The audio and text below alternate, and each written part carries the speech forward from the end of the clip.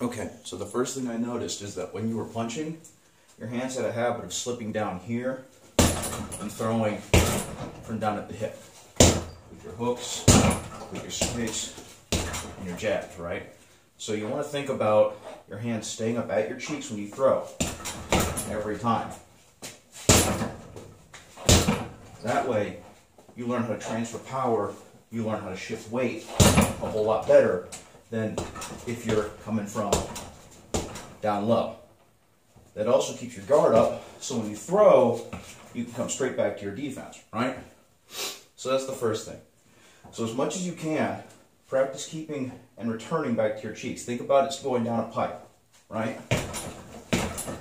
And then coming straight back up that pipe, back to neutral position, right? So that's what you want to do to keep your hands up. Because every time you drop them, you're leaving yourself wide open to get hit.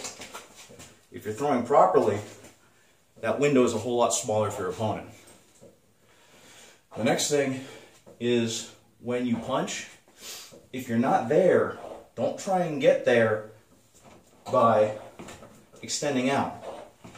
It causes your legs to straighten out, makes it harder for you to do anything else. So when you punch, and I'm having a hard time not doing this, when you punch, get there with your feet, right? So if you can't reach it by just standing in place, step forward. Work on that step in to get you there, because your power should be coming from that back foot, and it can't do that if you're stretched all the way out. At that point, your form goes from generating through the leg into the arm, getting here, and then you're getting this little extra oomph down there and cutting off all your power, right? So when you practice your jab, step into it, step into it, step into it, right?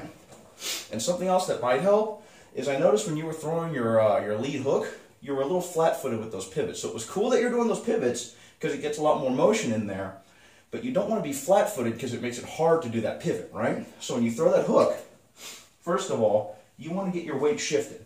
So you don't want to leave you wide open, right? Also, this is bad for your shoulder. I've got a bad shoulder partially because of this.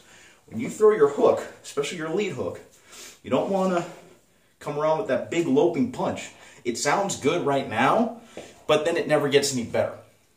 What you want to do is shift your weight over and then come back. So when you throw that hook, and I'll come even closer, when you throw that hook, get your other shoulder over and then have that hook straight from your face. Same with your right hook. Now ideally, if you're doing that, again, on your toes, you're kind of like you're squishing a bug. You're pivoting on that toe to really drive that hook home because it's all from the waist, it's not from the arms. So, wham, right? One more time, wham. And again, just to give you an idea, that's hard to do, hurts my hand. It probably makes a better sound with the glove on, which I don't have with me right now, but if you actually get your leg behind it, takes a whole lot less effort because your entire weight is being thrown behind it instead of just your shoulder. But when you throw that hook, have your toes, be on your toes when you do that. That way you can pivot around your target better. Now not necessarily tippy toe, but just more on the balls of your feet than on your heels. Because if you're on your heels and you try and do that, you get that point where it drags, right? So what you want to do, and you see how I'm back in my fighting position, ready to do something else. And it's the same when you throw that right. You don't want to leave your foot behind. You want to kind of push off it. So when you throw your left hand, step in, and throw your right, twist your hips, lock your hips, and push off the ball of that foot. Oh yeah, going back to you stretching out, something that'll help you with that is if instead of thinking up to get that power like you're launching up, think like you're stepping in and you're sitting on it. Boom, right? Boom. That also prevents your right from stretching out too, because instead of going boom, boom, and trying to throw your weight forward into it and losing that power, sit on it. Boom. Right? If you sit on it, all your weight is now dropping into your fist instead of trying to launch upward and push upward. Boom. I'm not hitting it that hard. I am legitimately just dropping in like that with almost no power. The power is coming from all of my weight dropping into my fist. So, a couple of things to think about.